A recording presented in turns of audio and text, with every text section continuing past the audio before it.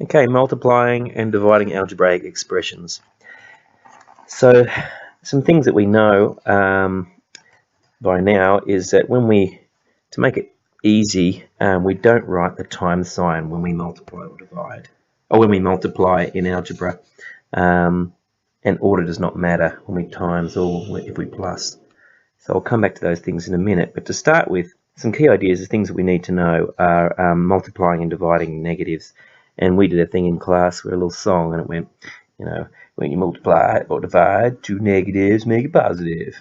And so that's some things that you need to remember. And so basically, when I multiply two numbers out, let's just call them A times B, it's the same as if I got two, I'd get a positive, wouldn't I? I would get a positive AB. And if I multiplied two negatives times minus B, it's also going to be the same thing. It's also going to be AB. But if I have one negative and one positive, minus A times positive B, I'm going to get minus AB. And if I went A times minus B, I'm also going to get minus AB. I'm going to get the same thing. So, and also the story happens when we divide as well. So if I had A divided by B, it's just A divided by B. I can't simplify that down because I don't know anything more about the numbers. So, but if I had minus A over minus B, I've got a negative on a negative, so I can simplify that down as A on B. And if I had minus A on B, it's still going to be minus A on B. I can't do anything about it more. And A on minus B is going to be the same. You can consider it that it's out the front if you wanted to, but it doesn't matter. You can just say minus A on B. Whatever the answer is, it's going to be a negative. Anyway, so that's multiplying and dividing. Powers versus adding. So when I've got, if I've got 3 plus 3 plus 3 plus 3, I really have 4 lots of 3, or 4 lots of 3. But if I went 3 times 3 times 3 times 3, I'm going to have 3 to the power of 4. To the power of 4. 3 to the power of 4. In the same way, if I've got sort of m plus m plus m plus m, I've got 4 lots of m. And we write that as 4m. We don't write, oh, well, it's 4 times m, and we write that as 4m. We don't usually write the times sign. Whereas if I go m times m times m times m, I get m to the power of 4. Okay, and the thing about algebra is that it's, one way that we think about it is that it's a generalization. It doesn't matter what numbers I put, it's going to be the same pattern. Algebra, these symbols behave exactly the same as the numbers do, and that's the point of it.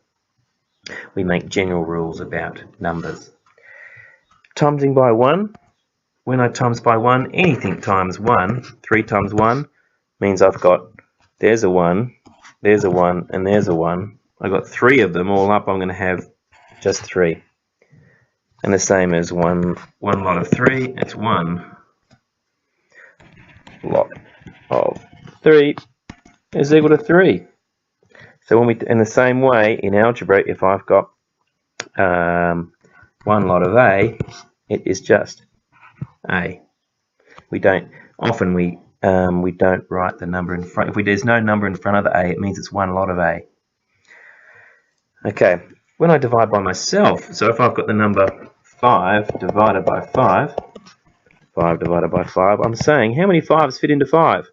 Well, only one of them fits in there, so it's equal to 1. You divide by yourself, it's equal to 1. In the same way, if I've got j divided by j, how many j's fit into j? Just the 1. If I had 3xy squared divided by 3x squared, or xy squared, like that. How many of those fit into themselves? It's the same on top and the bottom. It equals 1. Only 1 fits in there.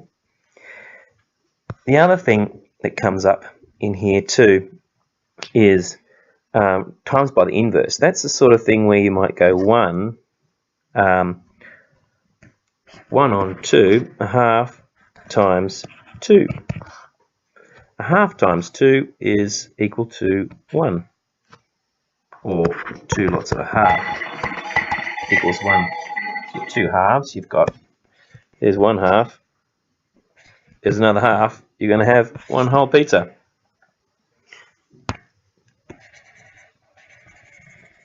Half pizza and a half. Okay.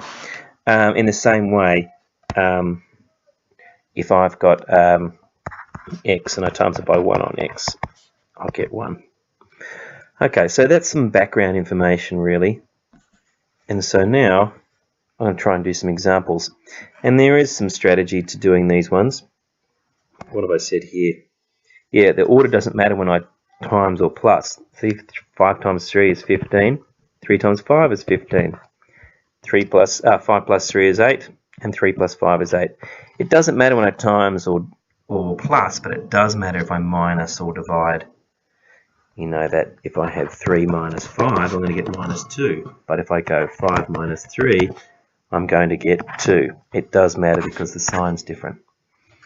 Okay, when I'm doing these questions, a good method to do it is, there's always a long way and a short way, and I think to start with, it's always good to start with a long way.